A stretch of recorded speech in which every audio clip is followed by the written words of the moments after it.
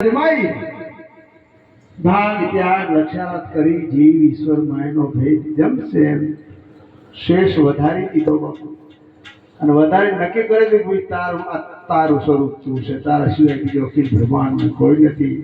અને એ વખતે પછી આ વાણી બોલ્યા હતા વાહ વાહ અને સતગુરુના સાનિધ્યમ થાય બાપુ પછી પલટો આવી જાય તો માનજો કે આના પરિવર્તન આવ્યું. નકર શિષ્ય બન્યો પણ સુધર્યો નહીં, વિમળ બની નહીં એની વાણી.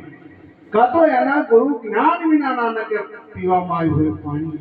અભણ માણસ હતો, એકલાનું જ્ઞાન નતું, પણ અંદરથી બાપુ ઉર્જા છૂટી અને પાર બોલવા માંડ્યો. ધન ગુરુ દેવા ધન ગુરુ દાતા મને સતનો શબ્દ સુનાય. વાણી બોલી જાય કે એલો ના બોલાય. સતનો શબ્દ કયો શબ્દ? સતનો શબ્દ. શબ્દની મારી મર ગઈ, શબ્દે છોડ્યા રાજ.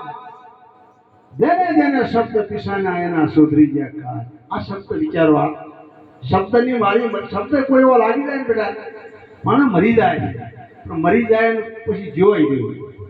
અરે કદાચ રાજપાટ છોડી નાહી જાય પણ જો કદાચ ઉભો રહી જાય અને એનો વિવેક થઈ જાય તો કારણ સુધરી જાય ને.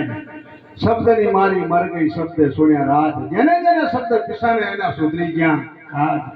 શબ્દ આ શબ્દ પાર, શબ્દના ઢગઢેરિયા, શબ્દમાંથી શબ્દ ગરહે ઓ સદગુરુ હમે.